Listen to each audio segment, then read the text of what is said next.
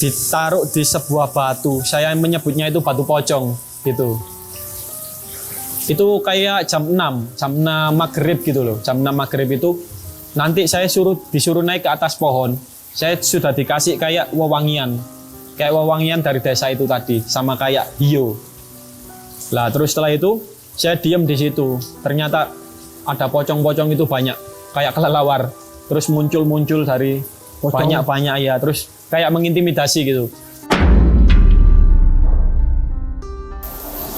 Lah itu saya kan diajak jalan-jalan.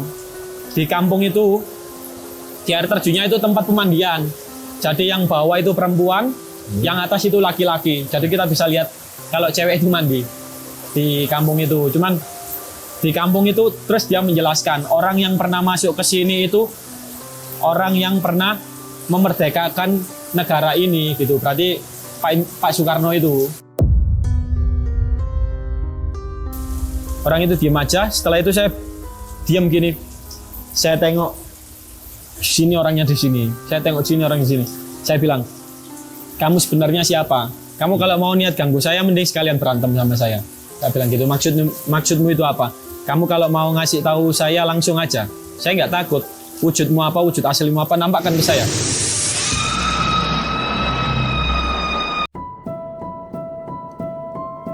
Waktu itu setelah saya kan nganter tamu waktu itu.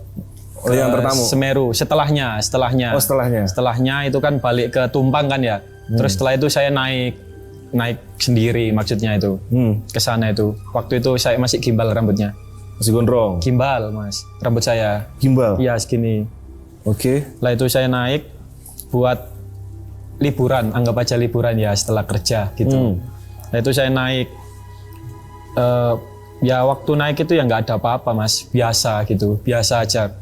Sampai kan ngecamp di Ranukumbolo itu kan saya ngecamp di Ranukumbolo semalam nggak ada apa-apa. Terus besoknya itu kan saya niat mau jalan-jalan kan naik ke atas buat beberapa hari di Kalimati gitu ya. Terus pas ketika saya habis naik yang tanjakan legend itu, tanjakan cinta itu, kan setelah belakangnya itu kan Ororombo itu ya. Ororombo. Lah itu jam sekitar 10:30 siang itu ada kayak bapak-bapak. Iya. Bapak-bapak mungkin usianya 59 sampai 63-an, Mas. Itu sudah agak putih-putih gitu rambutnya. Tingginya kira-kira itu segini saya. Segini saya. Orangnya pakai baju itu loh, baju yang Jawa itu, yang garis-garis. Oke, baju dalang lah itu. Ya, sama celana hitam, terus pakai sendal juga. Sandal gunung itu yang hitam. Sambil nggak bawa apa-apa, nggak bawa perbekalan kayak tas gitu, cuman bawa kayak sarung gitu aja ya, diikat gitu. Terus saya itu datangin buat silaturahmi gitu kan ya, perkenalan gitu. Saya tanya, "Lu Pak dari mana?" Terus orangnya itu liatin saya gini, tajam gitu. "Loh, sampean ini yang dari mana?" gitu. "Loh, saya dari sini. Di ngecamp ini mau naik ke atas."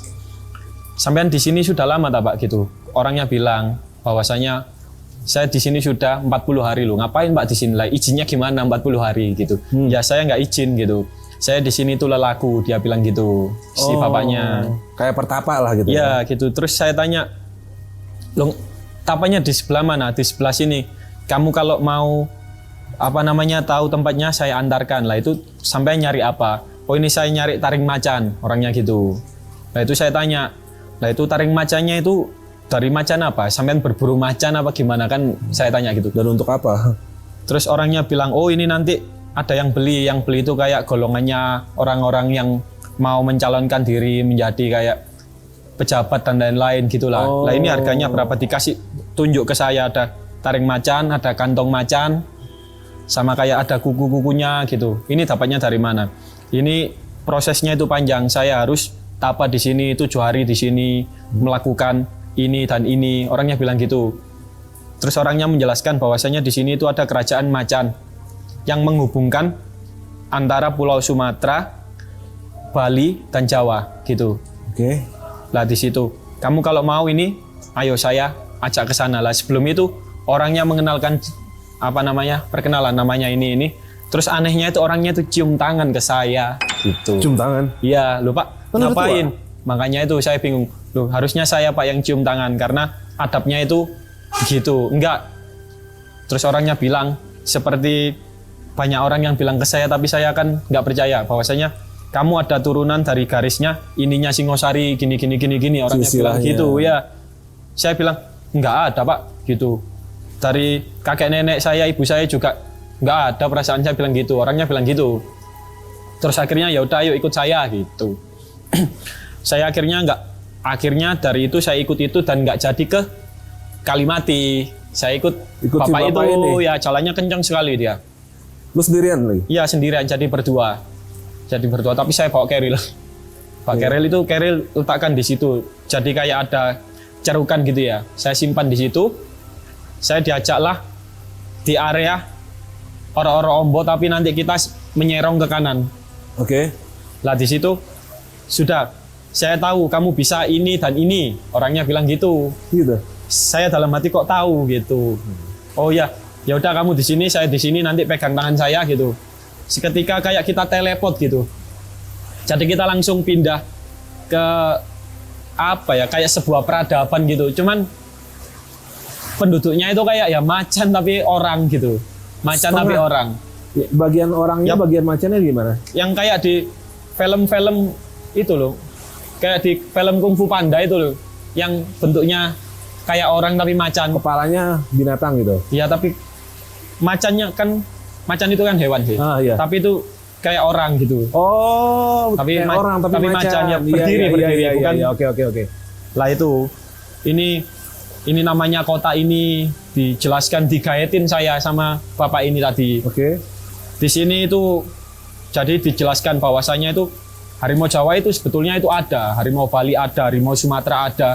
Di sini mereka masuknya dari pintu di sebelah sana. Saya dikasih lihat.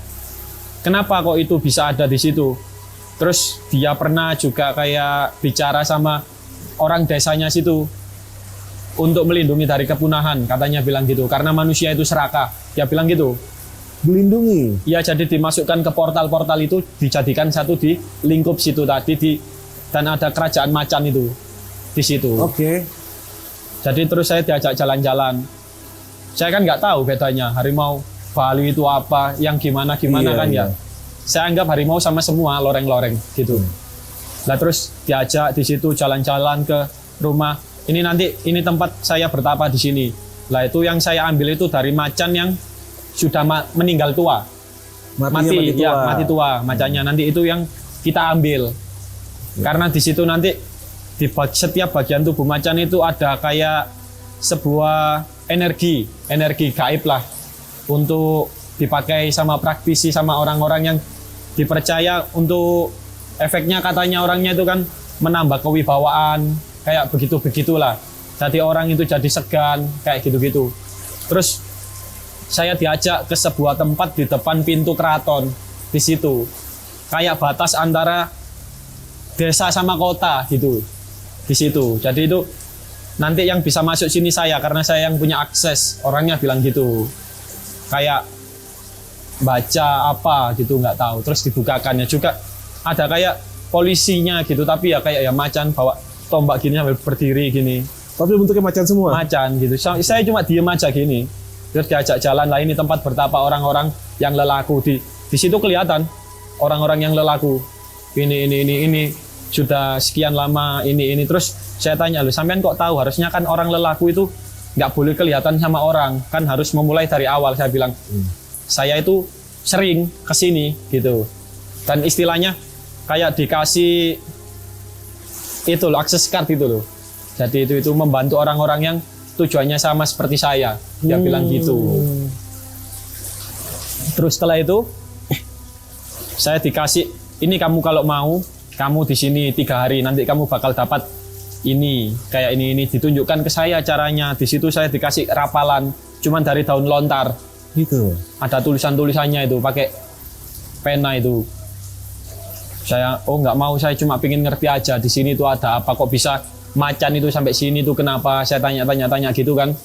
Setelah itu, lah sampean sudah dapat banyak, dikasih satu kayak kantong hitam segini lah kantongnya pokoknya. Itu banyak taring macan kayak gitu-gitu. Terus Saya diajak masuk ke keratonnya itu, kayak orang ini kayak modelnya punya pangkat gitu. Kayak seenaknya gitu loh.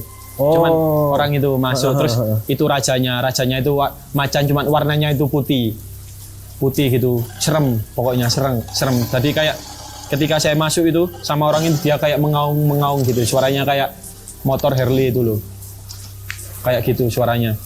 Terus ditanya, ini siapamu, kamu dari mana, kenapa kamu bawa masuk ke sini gitu. Lah si bapak-bapak ini bilang, ini dari keturunan ini harusnya itu di atas saya harus membantu dia, istilahnya kayak saya harus melayani dia lebih baik gitu, biar dia juga tahu semua. Ini sebenarnya kita semua itu terhubung dalam satu lingkaran, dia bilang begitu ke saya masih ingat. Terus setelah itu saya diam aja, setelah dijelaskan, terus akhirnya kita kayak disambut gitu, terus diajak jalan-jalan, dikasih lihat di situ ada tempat kayak penyimpanan pusakanya mereka itu. Kerajaannya mereka ya? Ya di situ. Terus saya bilang, cuma begini aja di sini. Terus apa orang-orang kesini cuma tujuannya mencari barang itu, apa ada yang untuk mencari ilmu lain atau bagaimana? Terus tujuannya untuk menolong orang atau apa? Selain itu tadi kan kalau itu yang diuntungkan satu pihak kan. Saya tanya gitu, ya ada di sini orang yang lelaku, cuma nanti dia akan membantu orang tapi orangnya itu tidak nampak, maksudnya dalam artian tidak suka diperlihatkan sama orang, kayak gitu. Terus setelah itu saya diajak jalan-jalan, terus saya dibilangi di sini ada batas kerajaan di area Semeru. Jadi di sini ada tiga kerajaan itu di situ. Jadi ini di sini ada macan, di sana itu kayak yang auranya itu negatif, kayak yang tubuhnya nggak sempurna. Maksudnya gimana nih? Kayak misalkan orang yang nggak ada kepalanya, kayak gitu-gitulah, yang nggak sempurna. Oke. Kayak gitu-gitu. Terus yang satunya ini tempat kayak orang-orang lelaku, kayak gitu-gitu loh. Kayak ada tembok-temboknya, di-skat gitu. Terus saya ditunjukkan untuk area-areanya. Area-area itu, terus di situ di area Semeru itu ada apa aja, terus yang megang area ini siapa diajak sama. Jadi kita jalan bertiga, saya digaetin sama mereka. Terus ketika masuk, ya itu terus keluar. Perasaan saya itu kan siang, tiba-tiba itu malam. Maksudnya tadi kan siang. Malam itu saya diajak jalan-jalan ke area mau menuju ke Kalimati di Jambangan itu. Lah di situ ada batas. Di situ kita nggak bisa masuk. Akhirnya si yang kepalanya ini tadi, yang rajanya bilang, ini saya mau antar ini. Dia kayak negosiasi. Akhirnya kita masuk. Memang di situ kayak hawanya itu kayak panas. Terus dikasih lihat di situ juga banyak orang-orang yang di Semeru itu loh. Yang korinnya. Yang pada yang meninggal ya di situ. Terus diajak jalan-jalan lah kita ke situ. Tapi di situ yang nggak ada baik-baiknya. Maksudnya ya cuma begitu aja. Terus kita diajak jalan-jalan menuju ke arah Sumbermani itu. Tapi kita kan secara kayak apa ya, di dimensi sebelah kan, bukan secara nyata gini kan. Secara fisik ya. Soalnya fisiknya kan ditinggal. Terus habis itu di situ itu ada jalan tembusan. Di mana itu Sumbermani itu bisa tembus ke yang arah Lumajang. Di situ juga banyak macannya. Terus masa diajak jalan-jalan ke Blank ya, tapi rupanya ya rupa-rupa hutan-hutan gitu. Di Blank di situ ada Ranu, dikasih tahu danau-danau. Ada danau itu terus sampai di suatu tempat ada sebuah perkampungan kecil. Di situ perkampungan kecil asri banget, kayak orangnya itu kayak jauh dari peradaban yang di situ. Dia bilang, ini siapa, kalian dari mana gitu ya. Yang orang ini kan kayak tetuanya kan juga pasti tahu. Oh ini, mereka bilang ini saudara kita gitu, saudara jauh bilangnya gitu. Terus akhirnya kita dipersilakan masuk ke kampung itu tadi. Ada kayak kepala desanya di situ, rumahnya itu berhadapan. Mungkin ada sekitar 12 atau 13 rumah. Ada satu tempat kayak altar. di tengahnya itu, di kampung itu, asri di belakang kampungnya itu ada air terjun tingkat. Lah itu saya kan diajak jalan-jalan. Di kampung itu, di air terjunnya itu tempat pemandian. Jadi yang bawah itu perempuan, yang atas itu laki-laki. Jadi kita bisa lihat kalau cewek itu mandi di kampung itu. Cuman di kampung itu terus dia menjelaskan orang yang pernah masuk ke sini itu orang yang pernah memerdekakan negara ini gitu. Berarti Pak Soekarno itu yang pernah masuk, dan kampung itu orang itu menyebut Indonesia itu sebagai negara tunas kelapa. Tunas kelapa. Iya, namanya. Yang di kampung itu nyebutnya itu. Wujudnya mereka seperti apa nih? Ya manusia. Manusia biasa? Manusia. Oke. Cuman kayak jauh dari peradaban. Terus kita itu diajak berburu. Tadi di situ berburu hewan, kita diajak berburu monyet. Tapi ya ada yang macan, ada yang maksudnya yang ngikuti itu kan, yang ngajak. Jadi diajaklah kita ke sana itu, ke kampung. Setelah berburu itu kita juga dikasih tahu, nanti kamu akan saya antar sampai ke batas gitu. Kayak ada batas lagi. Batas kayak kita semua nggak bisa melewati batas itu. Kayak wujudnya sudah beda lagi gitu. Nah itu kita diajak ke sana. Saya disuruh bilang kata kuncinya tadi sama si orang itu. Jadi tapi tetap saya ditemani sama petapa ini tadi, si yang kakek-kakek tadi. Iya. Ditaruh di sebuah batu. Saya menyebutnya itu batu pocong gitu. Itu kayak jam 6 maghrib gitu loh. Jam 6 maghrib itu nanti saya disuruh naik ke atas pohon. Saya sudah dikasih kayak wewangian. Kayak wewangian dari desa itu tadi, sama kayak hiyo. Lah terus setelah itu saya diam di situ. Ternyata ada pocong-pocong itu banyak, kayak kelelawar. Terus muncul dari banyak-banyak ya. Terus kayak mengintimidasi gitu. Terus yang orang petapa itu bukan level kita. Udah biarkan aja. Gak lama setelah itu kayak ada buto, sampean tahu buto? Kayak raksasa, modelnya kayak raksasa, anggap aja kayak gitu. Dia itu apa namanya? Tahu bau parfum kita. Terus kita itu ditanya, ada hubungan apa kamu dengan desa ini gitu. Terus yang si orang petapa itu tadi yang bilang, oh kita saudaranya ini, kamu kalau mau makan antarkan kita gitu. Kita bakar itu hiu, dia makan itu. Terus dia menjelaskan bahwasanya sebetulnya itu desa asli, cuman desa itu ditutup sama itu tadi gaib itu. Sebenarnya desa asli yang di situ. Cuman kita kan dibatasi, jadi kita nggak tahu. Tadi cuma satu orang aja, yaitu Presiden Soekarno itu yang pernah ke situ. Terus dia menjelaskan karena itu memang benar-benar menjaga, kayak modelnya agamis sekali sih di desa itu tadi itu. Karena ibadah terus ibadah ya seperti nggak ada apa-apa. Ibadahnya secara apa nih? Sorry, Muslim, Hindu atau apa? Ya kayak Hindu gitu. Hindu ya? Kayak ada altar ya, ada hionya gitu. Iya. Ada tempat rumah ibadahnya juga di situ. Tapi rumahnya itu ya rumah-rumah ya kayak berhadapan, terasnya apa namanya, tanahnya depannya luas kayak gitu loh, kayak gitu-gitu. Lah terus setelah itu saya diantarkan jadi naik sininya raksasa. Si buto tadi itu? Iya berdua. Sini kayak naik motor goncengan 3. Oke. Kanan sama kiri itu. Sampai diantarlah ke sebuah batas daerah terluar dari itu tadi. Terus ternyata di sana itu mereka itu ngetes kita ternyata itu. Saya tahunya itu pas setelah selesai. Jadi itu ngetes. Jadi yang orang nemani saya itu di mata saya terlihat itu kayak ini itu musuh gitu. Jadi kita kayak saling serang. Saling serang sampai kita gitu. Iya, kayak maksudnya mereka itu kayak ngetes kita itu. Ya udah. Setelah itu jadi saya itu orang itu. Terus setelah itu gak lama itu keluar kayak dari sebuah tempat kayak dari danau. Lah itu orang itu yang kayak mempengaruhi perempuan itu yang ular besar. Bentuknya ular? Ular tapi manusia, kepalanya aja. Terus saya masuk ke danau itu tadi buat cari dia, saya tantang. Buat ini karena kamu teman saya mati, saya bilang gitu. Karena kenapa? saya kan nggak bisa balik lah nanti kalau nggak sama ini. Yang lu berarti si pertapa tadi yang Ya, nemenin yang dari nemenin awal. saya, ya. Terus itu saya disuruh masuk danau. Kamu kalau berani masuk danau, kamu kalau berani kamu keluar. Saya bilang gitu.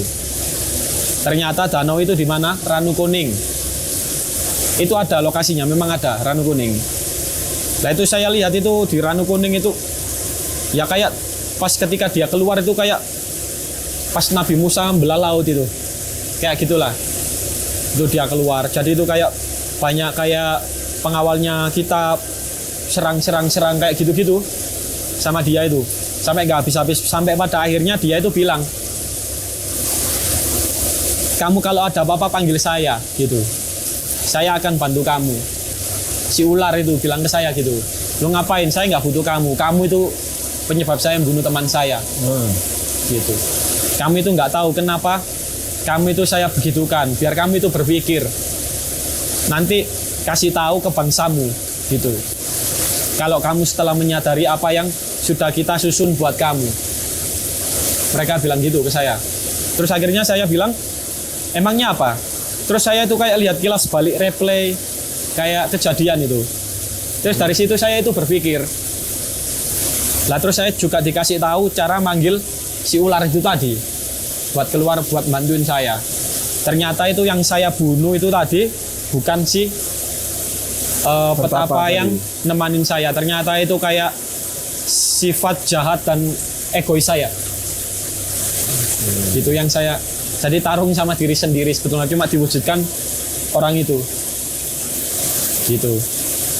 Terus setelah itu pagi, tiba-tiba itu pagi, si orang ini muncul lagi, si petapa itu. Dari situ baru, oh ternyata sudah ya, kamu sudah lulus tes ini. Ternyata memang benar kamu itu ada dari garis ini gitu.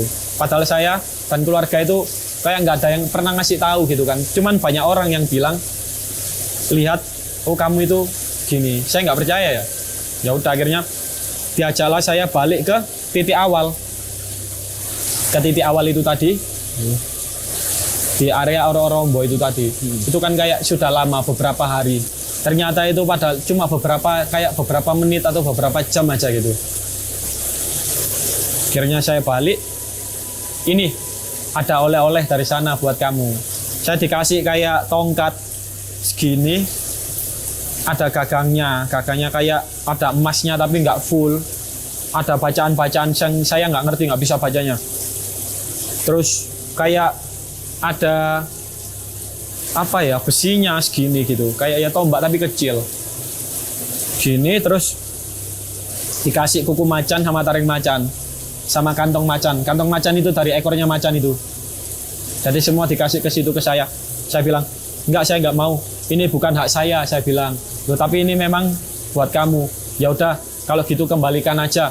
Kalau mau istilahnya kasih saya ruang atau kasih saya dia, mending apa sambut baik saya, dan ketika saya masuk ke area sana ya sebisa mungkin jangan mengganggu saya dan siapa yang saya ajak ke sana. Saya bilang gitu. Oh ya udah, mereka bilang gitu. Terus akhirnya saya melanjutkan perjalanan. Anehnya itu, entah itu saya merasa itu sudah selesai kan. Mau sore saya jalan menuju ke Jambangan. Habis setelah itu kan Cemoro Kandang terus Jambangan itu kan. Saya jalan di situ, saya lihat kayaknya ini yang saya lihat tadi gitu. Yang kepala, yang apa itu sampai di situ. Terus yang saya anehkan itu kok saya diam di situ, terus saya jalan-jalan ke Arcopodo waktu itu. Jalan-jalan ke Arcopodo, lihat-lihat aja. Terus setelah itu kan di situ bagus ya tempatnya, di kayak ada keramiknya kan, bagus ya, ada dupanya juga gitu. Saya cuma lihat-lihat aja di situ sekitar, terus balik lagi. Terus setelah balik saya malamnya itu tiba-tiba itu kepikiran buat naik ke puncak. Nggak tahu, kayak naik gitu. Ya udah saya ngikuti kata hati saya, 2:30 saya naik. Lah pas ketika naik itu perasaan saya itu kan rame, tiba-tiba itu sepi. Terus saya, loh, perasaan ini jalur itu sudah ditutup. Ini kan jalur yang dulu longsor, yang Cemoro apa namanya yang Arcopodo, terus yang tembusnya Cemoro Tunggal yang itu kan harusnya longsor sudah ditutup kan. Kalau yang jalur yang biasanya dipakai kan belakangnya shelter itu lurus naik ke atas. Nah itu loh, ini kok saya lewatnya sini gitu. Saya kira saya tersesat, saya kembali ke titik awal. Loh, kok di sini? Ya benar titiknya. Terus ya udahlah saya naik sampai akhirnya saya itu keluar di batas vegetasi kan. Dari situ saya lihat ke atas gini, banyak orang yang summit, banyak juga orang yang turun. Sama ada yang bilang gini ke saya, Mas mending turun antar saya. Saya itu bingung jalan pulangnya itu kemana. Orang naik dari atas itu bilang ke saya, loh lah sampai naik sama siapa? Loh saya sendirian. Sebetulnya saya berbanyak, tapi itu kok saya sendirian. Kayaknya saya ditinggal. Saya itu nyari jalan pulang itu bingung. Ya saya kira itu manusia ya. Wong itu pendakian dibuka kan. Ya udah ayo saya antar sampai Kalimati ya. Nanti cari tenda sampean di mana gitu. Akhirnya saya nggak jadi naik ke atas. Ngantar itu balik lagi turun. Saya ajak ngobrol, saya apa? Orang itu diem aja. Orang itu diem aja. Setelah itu saya diem gini. Saya tengok sini orangnya di sini. Saya tengok sini orang di sini. Saya bilang, kamu sebenarnya siapa? Kamu kalau mau niat ganggu saya, mending sekalian berantem sama saya. Saya bilang gitu. Maksudmu itu apa? Kamu kalau mau ngasih tahu saya langsung aja. Saya nggak takut. Wujudmu apa, wujud aslimu apa, nampakkan ke saya. Saya bilang gitu. Terus dia diem aja. Terus saya antar lah itu. Saya diantarkan sebuah, belum nggak sampai di Kalimati, kayak di lembahan jurang, tapi di dalam vegetasi. Dia nunjuk ke sana sambil bilang, doakan saya di sana gitu. Ya udah, terus saya mendoakan itu. Ya kayak saya bacakan Al-Fatihah gitu kan, kirim khususon untuk rohnya mungkin atau apa saudaranya atau apa gitu kan. Tapi dia itu nggak ikut turun ke sana. Dia cuma gini aja. Lah terus setelah itu saya balik. Terus dia senyum ke saya, makasih gitu. Ngomong gitu. Pergi dia, terus hilang. Ya, saya bingung. Maksudnya? Saya bilang gitu. Terus akhirnya saya lihat jam, kayaknya nggak nutut saya buat naik ke atas itu. Terus akhirnya saya putuskan buat balik ke tenda. Terus sudah masuk tenda, sudah ganti, siap-siap tidur. Itu banyak yang gini-ginikan tenda saya. Gitu. Kayak minta gantian gitu. Saya gitu. Yang saya maksudkan di situ aura negatif yang bentuknya tidak sempurna lagi. Ya, itu minta disempurnakan semuanya. Capek dong saya gitu. Ya udah, saya biarkan aja. Ya udah, nanti saya mau tidur. Terus anehnya itu saya kan balik dari situ. Kan sudah agak siang itu, saya habis masak, ambil air, masak terus turun. Nggak ada yang aneh, tapi kok saya lewat orang-orang, orang itu ada lagi di situ. Padahal itu sudah pamit turun, gitu. Terus saya temuin lagi, tapi itu kan bukan di jalur, maksudnya kayak agak ke sana gitu loh. Lupa katanya kemarin pulang, kok di sini lagi? Loh, siapa yang pulang? Ini loh saya baru mau pulang. Dia bilang gitu. Kamu kok tahu saya? Gitu. Ternyata ya saya ceritakan yang itu tadi ke bapaknya. Terus akhirnya dia baru, oh itu berarti ternyata kayak sukmahnya dia itu yang ngajak saya. Akhirnya itu, tapi beneran waktu itu dia juga cium tangan ke saya. Lagi, lupa jangan Pak, saya bilang gitu. Akhirnya, ya udah Pak, ayo kita turun. Terus dia bilang, nanti kalau sampai bawah atau ketemu siapa, jangan pernah ceritakan dan anggap ini kita nggak pernah ketemu dan nggak pernah ada apa-apa. Dia bilang gitu. Karena kenapa? Untuk menjaga ini Semeru, dia bilang gitu. Orangnya bilang begitu. Sampai terus ya udah. Akhirnya saya turun sampai ke bawah itu. Bisa kita di pertigaan yang mau ke desa itu. Dia bilang, udah kamu jalan turun. Loh, bapaknya katanya pulang. Udah kamu duluan gitu. Jadi saya turun sampai yang ke Gapura itu, yang warna hijau itu. Dia itu nggak ke situ. Kita berhenti di pertigaan. Kita pisah di situ. Malah saya yang diantar sama dia. Kadang saya sering ke sana. Gitu. Dikaitin saya. Jadi itu di sana tuh berarti ada tiga Iya. kerajaan. Harimau, Terus apa namanya yang bentuknya nggak sempurna, sama kayak sebagian untuk orang-orang lelaku, memang spiritual kayak gitu. Spiritual itu berarti maksudnya mereka punya kerajaan gimana? Nggak ngerti gua. Nggak kayak modelnya itu dikumpulkan jadi satu, kan di situ juga Ranu Kumbolo disebutkan sebagai salah satu dari 7 mata air suci. Oke. Nah itu makanya di situ juga kan ada situs, banyak situs kan di situ lah, itu ada ya itu untuk menjaga itu tadi. Kayak modelnya dia yang menjaga ketenangannya Semeru. Seperti itu. Oke.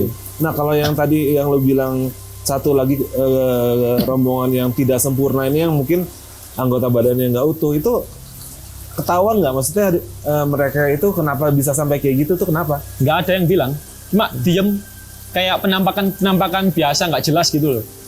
Oh, Maksud gitu. gitu aja ya. Nah, Tapi terus- ada cuma di satu daerah itu. Tapi mereka tidak bisa pergi dari area itu. Oh, dilokalisir di situ aja gitu. Nah kalau yang tadi itu apa namanya? Yang korin-korin itu berarti mereka bentuknya seperti Manusia. sebagaimana dulu pendaki yang meninggal ya. Ya jin, tapi itu kan Tapi jinnya ya yang menyerupai. bukan si pendaki ya. Tapi mungkin yang sering ditemui para pendaki beneran ketemu yang begitu-gitu itu pasti korinnya ya berarti. Iya. Ya? Bukan aslinya ya. Bukan, karena kalau orang meninggal itu kan langsung berangkat. Betul. Itu bukan Setuju, yang setuju. gentayangan itu. Yang Iya. gentayangan itu kan energi yang menyerupai orang itu, karena di situ dipercaya ada itu tadi gitu. Akhirnya semakin dipercaya mereka frekuensi semakin kuat ya. Ya akhirnya membentuk itu tadi. Iya. Oh gitu. Wah, gitu. Berarti ke sana itu lu kan sempat yang apa di Slamet juga, kayaknya di setiap gunung tuh kalau orang-orang yang peka kayak lu tuh memang mereka tuh tahu ya. Oh ini orang peka dan bisa. Maksudnya penghuni sana tuh juga paham ya kayak Iya, ada yang sebagian kadang menerima, ada sebagian yang enggak, karena kebanyakan itu kayak disalahgunakan, bukan di luar jalurnya untuk keuntungan pribadi. Kayak gitu. Kan saya enggak, saya cuma suka jalan-jalan aja gitu. Iya. Biar nanti kalau misalkan ada temen yang mau jalan atau apa kemana, kan nanti kan saya tahu karena sudah ke sana. Oh nanti kamu jangan ini, kurangi ini, begitu kan. Aman semuanya gitu. Saya nggak mencari keuntungan gitu. Mantap. Nah, Mas tadi kan kayak lu bilang kan kalau yang di sana itu yang lu temuin itu kebanyakan adalah horin-horin dari para pendaki yang sudah meninggal ya. Artinya itu bukan si pendakinya. Seperti yang lu bilang tadi, gue juga setuju kalau orang meninggal itu udah pasti langsung ke atas ya kan. Nah, tapi ada nggak di sana kalau kayak kasusnya itu di mana pendaki yang masih tersesat, tapi kalau lu kan mungkin ibaratnya diterima, ibaratnya digaetin lah, diajak orang yang tersesat masuk dan tidak bisa keluar, dan itu pendaki gitu, dan ibaratnya masih terjebak di dua alam, itu masih ada nggak sih kayak gitu-gitu di sana? Berarti itu orang ya. Manusia yang Belum terjebak mati kan? belum mati di dua alam itu gitu. Ya itu bisa, kalau menurut saya ya, menurut pandangan saya itu kayak kalau orang dulu itu menyebutnya itu mukso, Mas. Mukso itu pindah alam beserta raganya, Mas. Begitu. Tapi kan, sorry gue potong. Kalau mokso itu kan secara nggak langsung yang gue pahami adalah itu seseorang yang memang punya kelebihan lah untuk bisa mokso seperti itu. Enggak semua, juga. enggak semua. Nggak harus. Ada kayak modelnya itu gini, Mas. Kalau misalkan sekolah ada jalur prestasi, ada yang tes mandiri, ada yang kayak gitu-gitu kan, Mas. Ada yang pakai orang dalam. Ya, Orang dalam kayak gitu kan. Saya juga pernah bilang kalau misalkan orang yang berpindah alam sama badannya, kalau berhasil ya dia pindah dan menghilang, Mas. Tapi memulai hidup baru di dunia yang baru yang kita nggak tahu itu di dalamnya itu bagaimana kan kehidupan sehari-harinya. Kalau yang gagal, kalau yang di darat itu kan jadinya jenglot itu, Mas, karena itu mereka pakai kerjasama sama orang dalam, pakai perantara gitu. Jadi kalau dia gagal jadinya jenglot kalau di darat. Kalau yang di laut jadinya Batara Karang namanya. Batara Karang, gue pernah kalau jenglot Itu. kurang lebih gue tahu seperti apa. Kalau Batara Karang tuh bentuknya kayak apa ya? Sama kayak orang pingin mukso, tapi yang di daerah bibir-bibir pantai, di laut lah. laut, pantai yang dekat sama itu. Kalau jenglot kan jadi kecil gitu tuh. Tergantung Mas, ada banyak. Ada Oh, yang gitu? kepalanya kembar, ada yang 2 jadi 1. Tergantung. Ukurannya juga beda-beda. Ada yang segini, ada yang kecil. Oh gitu. Berarti ya masih kemungkinan masih ada yang memang orang terjebak di 2 alam itu ya. Ya ada mungkin karena nggak tahu kita itu awalnya itu bagaimana kan. Kalau hal seperti itu terjadi itu. Dan kita juga kan tidak menghendaki kan. Mereka bisa sampai ke situ. Cuman yang saya lihat itu ya banyak orang lalu lalang gitu. Nyapa kayak orang-orang naik gunung pada umumnya. Mari mas gitu. Saya oh ya gitu. Cuma begitu-begitu aja gitu. Oke. Cuman mereka itu nggak ngasih kode atau apa minta tolong atau apa yang enggak ya saya biarkan aja ya saya cuma oh ya mas dari mana ngecamp di mana cuma begitu aja gitu. Mungkin nyaman mereka di sana. Dingin, enak. Dingin ya. Ya, Oh hawanya dingin di sana ya. dingin. Oh gitu. Jadi ini bro, gue pengen sedar ini dikit ya. Mungkin kalau buat lu semua, ada orang yang bisa terjebak itu. Cuma ada sebuah alkisah nih. Kalau ini secara agama ya, gue pernah dengar di kisahnya zamannya Abu Bakar kalau nggak salah. Ada salah satu perempuan mendatangi Abu Bakar kalau suaminya ini sudah nggak pulang selama 4 tahun. Akhirnya setelah ditunggu 4 tahun nggak pulang, istri ini kawin lagi. Ternyata suami ini balik dan dia memang diculik ke alam jin. Setelah dia keluar di sana dia hanya merasakan beberapa hari, tapi ternyata 4 tahun dan itu artinya emang bener bahwasannya memang bisa seperti itu gitu. Jadi gue pun jadi percaya gitu. Karena di Islam pun ada kisah yang menyatakan seperti itu. Jadi kadang-kadang kan orang bro ada yang skeptis juga ya. Ya. Dia kadang-kadang kalau yang emang nggak ada hadisnya yang ini yang mengisahkan seperti itu, jadi orang tuh kadang-kadang nggak mau percaya gitu. Tapi ini salah satu yang pernah gue dengar seperti itu, karena memang bisa dan di alam sana tuh memang kayaknya lebih singkat, padahal di sini tuh udah sangat lama ya. Ya perbedaan dimensi waktu. Gitu ya. Dan lu yang pernah lu alamin itu, lu masuk ke alam sana yang seberapa ibaratnya perkiraan lu cuma berapa lama, ternyata di alam ini berapa lama? Beda-beda mas. Cuman yang kayak yang di Semeru itu kan kayak berhari-hari, ternyata di sini cuma beberapa menit. Beda-beda. Oh bisa di sana panjang, di sini pendek? Beda. Mungkin tergantung kayak apa pemetakan wilayah mungkin atau bagaimana, kan aku juga kurang mengerti. Tapi yang paling singkat itu yang pengalaman saya pribadi perjalanan spiritual itu biasanya itu 3 hari itu 2 minggu gitu, 1 hari itu seminggu kayak gitu-gitu.